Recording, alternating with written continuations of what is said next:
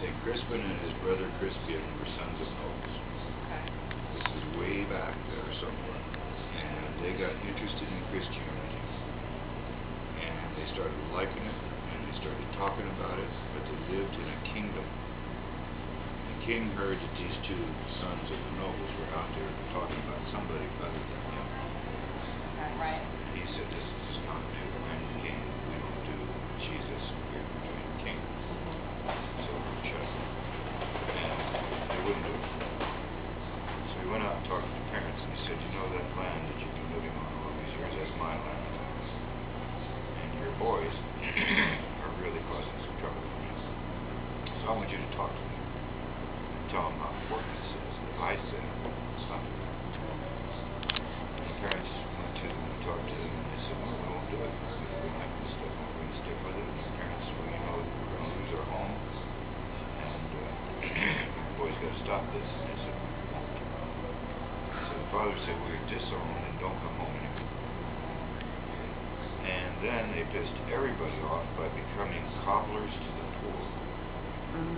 So the least of the people, they would come to them and get their shoes fixed and talk about Christianity. And the king found out that they were still out there doing this, and he was so offended.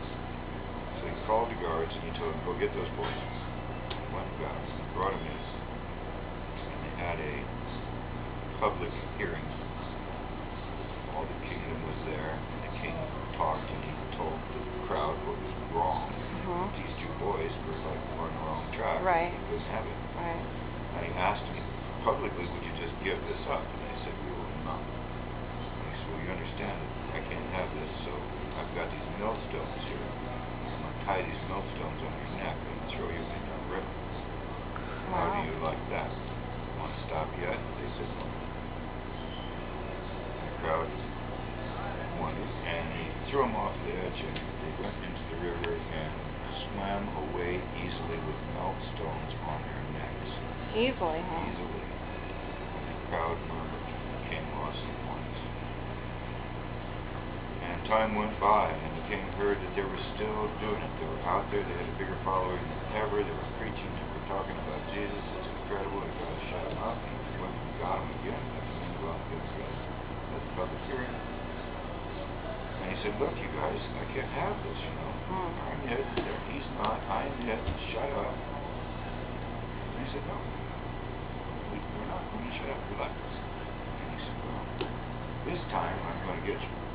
I'm going to ask you to shut up. He said, we're going to burn you at the stake. Oh, my gosh. There's the wood over here and everything. And tied him up on the stake. Asked them again, will you give it up? They said, not on your life. And they lit the fire. As soon as the ropes burned through, the two brothers walked off easily.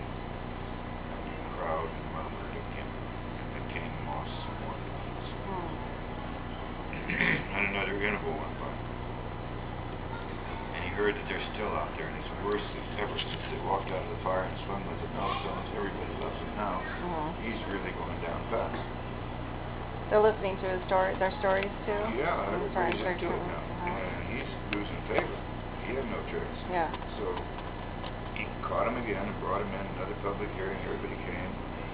And he told him, listen to me. You cannot do this. I'm boss here. I can't have it. You're not going to do it. You can't live here. You're going to do this. And he said, this time I'm going to get you. He said, we have a pot boiling with oil right over here. He said, I'm going to boil you in oil. That normally fixes most people. Do you want to give it up? They said, are you kidding me? Yeah. No. We'd like to. Yeah, it's against He you. said, okay, throw him in the oil. And they threw him in the oil. And they stood there and laughed at him. And it made the king so angry that he jumped in. And it Dixie-cried him just like that. He was toast. And the two brothers stepped out of the oil. And according to the story, they then surrendered themselves to his executioner and that guy, and they let him cut their head off. And this is a bedtime story for children in Europe. And there's a city in the Alps called Crispin.